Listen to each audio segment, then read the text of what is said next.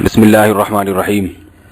حدیث میں ہے کہ رسول اللہ صلی اللہ علیہ وسلم جب کسی سے قرضہ لیتے تھے تو بڑھا کے واپس کرتے تھے، یعنی کوئی بھی چیز کسی سے بطور قرضہ کے لیے کوئی پیسے لیے، دراہم دنانیر وغیرہ، تو آپ صلی اللہ علیہ وسلم جب لوٹاتے تو کچھ اس میں اضافہ کر دیتے تھے۔ یہ سود نہیں ہے، کیونکہ سود وہ ہوتا ہے جس میں پہلے سے معاہدہ ہو۔ آپ کسی سے ایگریمنٹ کرتے ہیں کہ بھئی آپ مجھے 10,000 روپے قرضہ دیں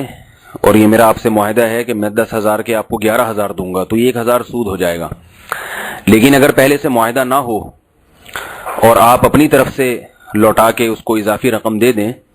تو یہ احسان ہے، ثواب ہے، کیونکہ اس نے آپ کے ساتھ احسان کیا، آپ کو ضرورت تھی، وقت پر اس نے آپ کی مدد کی۔ تو اب اللہ کے نبی صلی اللہ علیہ وسلم کی عادت کریمہ تھی کہ آپ صلی اللہ علیہ وسلم اس احسان کا بدلہ بڑھا کے لوٹایا کرتے تھے۔ یہ بھی معاشرت کے آداب میں ایک بہت بہترین ادب نبی صلی اللہ علیہ وسلم نے بتایا ہے، اور اس عادت سے بھی ہمارا معاشرہ بالکل محروم ہے۔ ہوتا کیا ہے کہ جب آپ کسی موقع پر مدد کرتے ہیں، کوئی قرضہ وغیرہ آپ اس کو دے دیتے ہیں، تو وہ بڑھا کے لوٹانا تو دور کی بات، جتنے پیسے ہیں اتنے بھی نہیں لوٹاتا، وقت پہ نہیں لوٹاتا، بار بار اس کے گھر پہ جا کے کھڑا رہنا پڑتا ہے۔ آپ صلی اللہ علیہ وسلم نے فرمایا مطل الغنی ظلم، جو آدمی کسی کا قرض لوٹانے کی طاقت رکھتا ہے اور اگر نہیں لوٹاتا، اس میں لیٹ کرتا ہے، مطل کا مطلب ٹال مٹول سے کام لیتا ہے، تو یہ بھی ظلم ہے۔ چاہے آپ بعد میں اس کے پیسے ادا کر بھی دیں، لیکن آپ نے جو اس کو جو ذہنی ٹارچر کیا اور اتنا تاخیر کی آپ نے اس کی رقم کی ادائیگی میں اور اس کے حق کی ادائیگی میں، اس تاخیر کا بھی آپ کو گناہ ہوگا۔ آپ نے کسی سے 50,000 روپے قرض لیا ایک مہینے کے وقت پر، مہینہ پورا ہو گیا، اب وہ آپ کے گھر کے آگے گھنٹیاں بجا رہا ہے، فون کر رہا ہے، آپ فون نہیں اٹھاتے، کبھی آپ فون اٹھاتے ہیں تو اس کو بہانے کرتے ہیں آپ، اور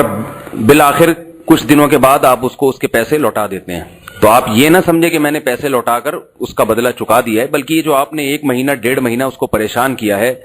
اس پریشانی کی بھی آپ کو اس سے معافی مانگنی پڑے گی، ورنہ اس کا بھی قیامت کے دن آپ کو حساب و کتاب دینا پڑے گا۔ تو ہمارے نبی کی تعلیم تو بالکل اس کے اپوزٹ ہے، وہ یہ کہ وقت پہ بھی چیز ادا کرو، قیمت۔ حدیث میں آتا ہے کہ آپ صلی اللہ علیہ وسلم جب کسی سے وعدہ کرتے تھے کہ میں تمہیں یہ چیز فلاں مقام پہ لوٹاؤں گا، تو اس جگہ جا کے کھڑے ہو جایا کرتے تھے، اور بعض مرتبہ آپ صلی اللہ علیہ وسلم نے 3 دن انتظار کیا ہے اس کا کہ جس کو واپس چیز لوٹانی ہے۔ ہم کیا کرتے ہیں، ہم نے اگر وعدہ کیا کہ میں فلاں جگہ پہنچا دوں گا، اب ہم گئے اور وہ نہیں ہے تو خوش ہو کے بھاگ جاتے ہیں وہاں سے کہ چلو ہمارا تو فرض ادا ہو گیا، اول تو جاتے ہی نہیں ہم۔ تو جو لوگ دیندار ہیں، آپ صلی اللہ علیہ وسلم کی زندگی میں اپنے لیے نمونہ سمجھتے ہیں، ان کو چاہیے کہ جیسے ہم نماز میں نبی کو فالو کرتے ہیں، ہم روزے میں نبی کو فالو کرتے ہیں، ہم حج اس لیے کرتے ہیں کہ نبی نے کیا ہے، تو ہمیں اس معاملے میں بھی نبی کی سنت کو فالو کرنا پڑے گا کہ اگر ہم کسی سے قرضہ لیتے ہیں وقت پر ادا کریں اور اس کے کہے بغیر اس میں کچھ اضافہ کر کے اس کو دے دیں۔ البتہ یہاں ایک فقہی مسئلہ ہے کہ اگر کسی معاشرے میں اس اضافے کا عرف بن جائے، یعنی کسی علاقے میں یہ دستور بن جائے کہ جو بھی رقم لیتا ہے وہ اضافہ کر کے ہی واپس دیتا ہے، تو اور لینے والا پھر عرف کی وجہ سے مجبور ہو جائے، یعنی اسے اضافی رقم اگر وہ نہیں دیتا تو اسے شرم محسوس ہو رہی ہے، پھر یہ اضافی رقم جائز نہیں ہے سامنے والے کے لیے، کیونکہ یہ مجبور ہو کے دے رہا ہے عرف کی وجہ سے اور معاشرے کے ماحول کی وجہ سے۔ یہ نیوتا کی رسم ہمارے فقہا نے بیان کی ہے، شادی بیاہ میں ہم لوگ ایک دوسرے کو لفافوں میں پیسے ڈال کے دیتے ہیں، اس کو بھی فقہا نے ناجائز لکھا ہے، اسی وجہ سے کہ یہ احسان جو کیا جاتا ہے، آپ جب دولہا کو لفافے میں 500 یا 1000 روپے ڈال کے دیتے ہیں تو آپ کی نیت یہ ہوتی ہے کہ جب میری شادی ہوگی تو دولہا مجھے یہ رقم واپس لوٹائے گا۔ تو یہاں احسان ہے، لیبل احسان کا ہے، عنوان احسان کا ہے، ہدیے کا ہے، لیکن حقیقت میں یہ قرض ہے۔ قرآن مجید میں اللہ نے فرمایا وَلَا تَمْنُن تَسْتَكْثِرْ، کسی پر اس نیت سے احسان مت کرو کہ یہ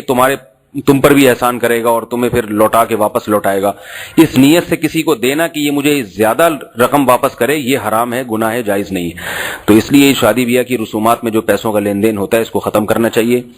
اور نبی صلی اللہ علیہ وسلم کی جو سنتیں ہیں جن میں سادگی ہے ان کو اختیار کرنا چاہیے۔ اور آخر میں خلاصہ دوبارہ اس حدیث کا سنا دوں کہ جب آپ کسی سے قرضہ لیں تو اگر ہمت ہو تو اسے تھوڑا سا بڑھا کے واپس کر دیں۔ اللہ تعالی عمل کی توفیق عطا فرمائے۔